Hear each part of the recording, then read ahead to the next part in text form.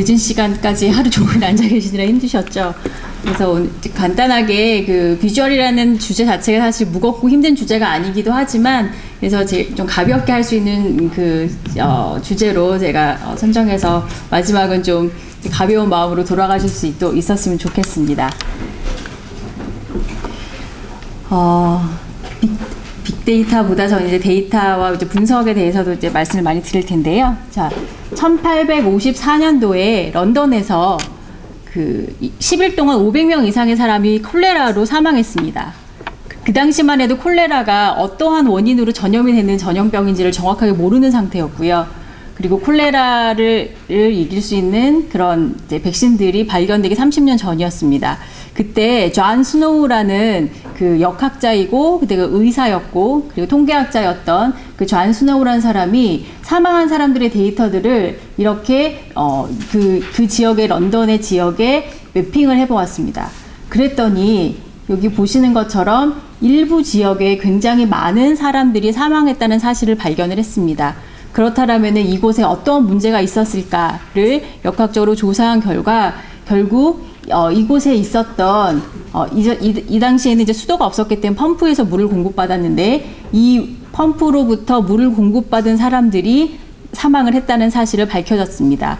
결국은 이 데이터를 그냥 사람이 500명 죽었습니다. 1번부터 500번까지 나래비 세워졌던 그러한 데이터를 우리가 지도에 매핑을 해 보았을 때 우리는 또 다른 사실을 알 수 있었고 그것을 통해서 이 콜레라라는 하나의 질병에 대해서 그 당시 굉장히 큰 이슈였죠. 사회적 이슈였는데 그것들에 대해서 너무나도 다른 결과를 가져왔던 것들을 볼 수 있습니다. 결국 데이터 그리고 데이터를 비주얼라이제이션 하는 것이 사람을 살리는 것도 가능하다는 이야기들을 할 수가 있습니다. 그렇다면 시각화는 무엇일까요? 시각화는 사전에서 보시면 보이지 않는 것이 일정한 형태로 나타나 보임이라는 뜻입니다. 이러한 시각화는 우리가 라이트 형제가 비행기를 발명했다는 건 다 알고 계시죠? 라이트 형제가 비행기를 발견하기 300년 전 레오나르도 다빈치가 비행기란 사람이 나는 기계는 이럴 것이야 라고 이런 스케치들을 남긴 적들이 있고요. 그리고 이거는 BC 6,500년경에 이제 벽화예요. 벽화에서 그 당시에 그 주택의 구조가 어떻게 생겼는지 그리고 그때 발생했던 화산이 일어났던 어떤 기록들을 이런 벽화들에서 볼 수가 있습니다. 이런 것처럼 우리는 인류의 시작부터 어떠한 정보를 기록하고 그리고 의사소통하고 또한 그것들을 우리가 분석하는 것에 계속 시각화라는 것들을 활용해 왔다는 것들을 볼 수가 있습니다. 그렇다면 시각화의 종류를 간단하게 살펴볼 텐데요. 여기 남자분들이 많이 계시니까 이거 많이들 보고 계실 거예요. 이 시각화의 또 다른 종류 중에 하나는 어떠한 것들을 지속적으로 봄으로 체득되는 그것들을 이제 크리에이티브 비주얼라이제이션이라고 부릅니다. 그리고 우리가 과학책이나 또한 뭐 매일같이 보는 우리 그 일기예보에서 보시는 것처럼 어떤 과학적인 사실이나 사실들을 시각화해서 나타내는 것을 scientific visualization이라고 하고요. 그리고 일련의 어떤 과정이나 법이나 규칙들을 사람들에게 정확하게 잘 전달하기 위해서 information visualization이라는 방법들도 사용을 합니다. 그리고 보통 신문이나 잡지에서 많이 사용하는데요. 어떠한 조사하거나 분석한 결과들을 가지고 스토리를 만들어서 한 장의 그림으로 표현하는 것들이 인포그래픽스라고 부르고요.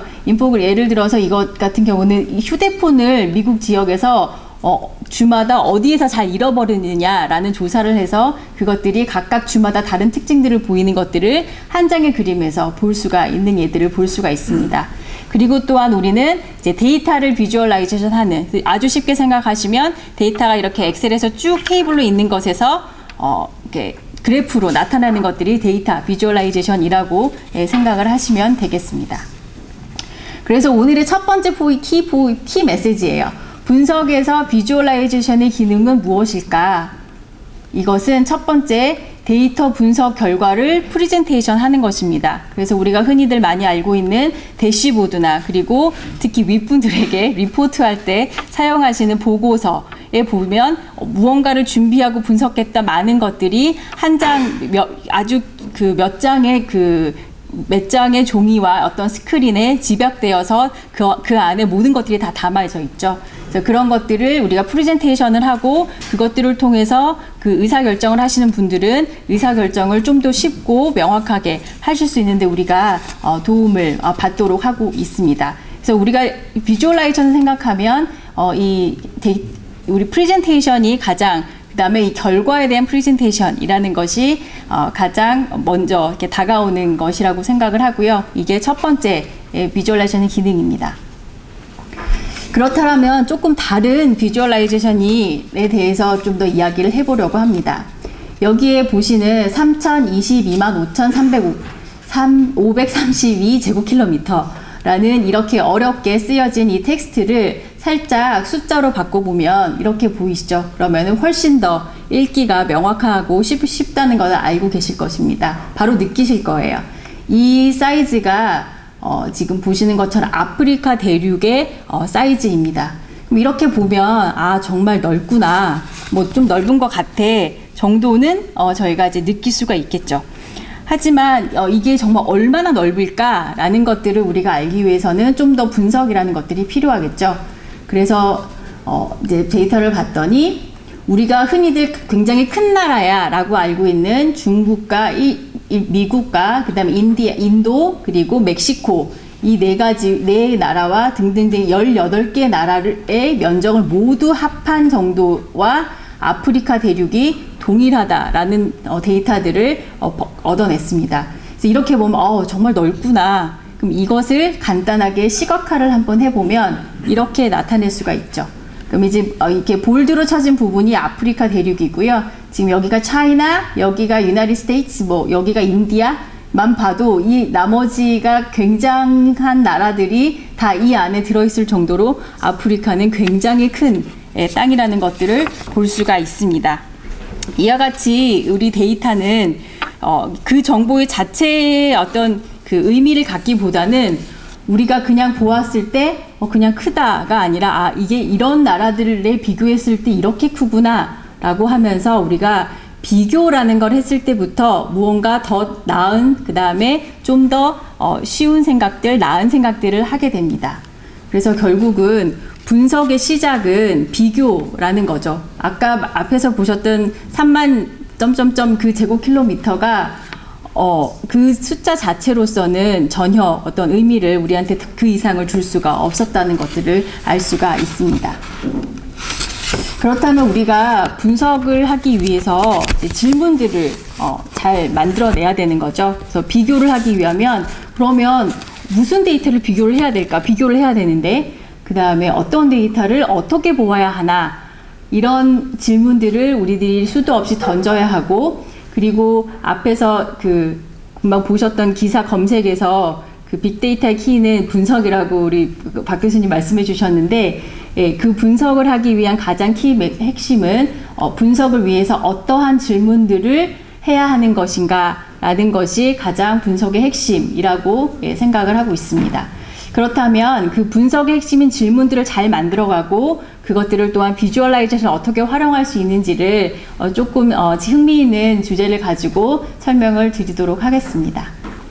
여기 보시는 29,095개라는 이 숫자가 혹시 어떤 숫자인지 혹시 감이 오시는 분이 계실까요?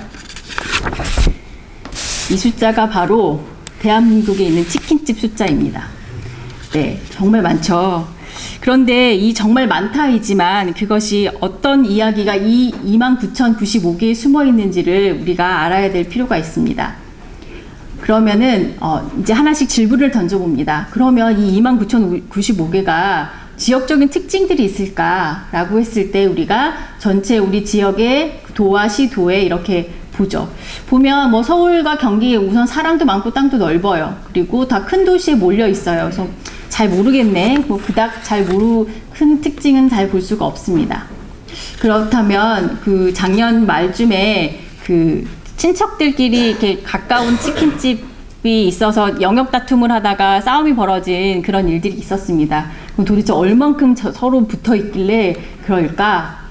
평균 1,047m. 결국 1km당 치킨집이 하나 있는 거예요, 대한민국에. 근데 산과 들과 강에는 치킨집이 없기 때문에 사실 더 조밀조밀 붙어 있다는 이야기가 되는 거죠.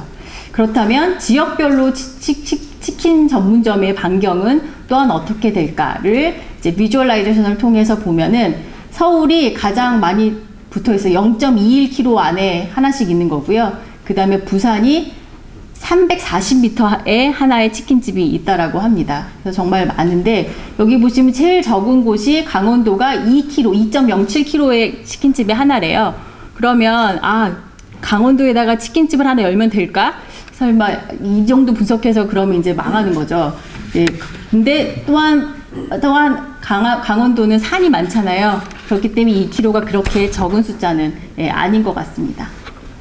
그러면 세부 지역별로 분포는 또 어떨까? 좀 더 깊이 들여다보자. 이제 우리가 도시까지만 봤으니까. 그렇게 해서 봤더니 대구 달서구에 가장 많은 치킨집이 있다고 합니다. 그래서 이것들을 이제 또 들여다보니까 대구 달서구가 서울시 송파구 다음으로 전국에서 가장 구에 많은 사람이 살고 있대요. 거기가 그 신도시거든요.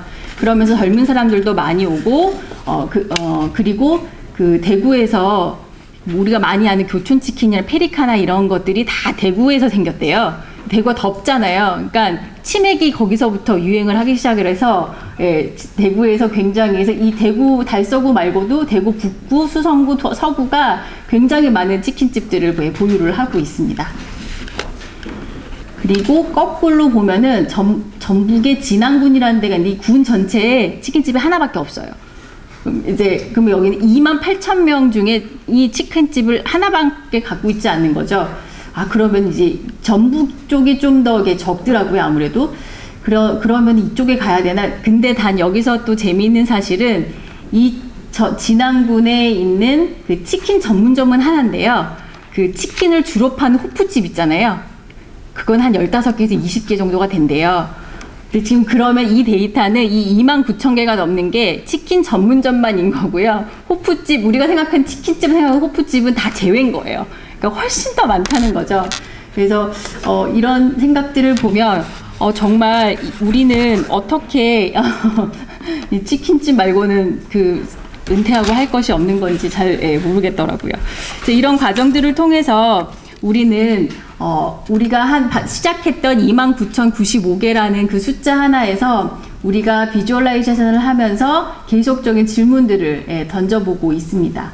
그렇다면 정말 많긴 많은데 인구에 비례해 보서는 얼마나 많은 걸까? 그래서 치킨 전문점 대 사람의 수, 우리 인구를 잠깐 봤더니 전문점 하나당 1,774명이래요. 그러면 기본적으로 이 치킨 전문점 하나는 1,700명을 대상으로만 마케팅 영업을 하면 되는 거죠.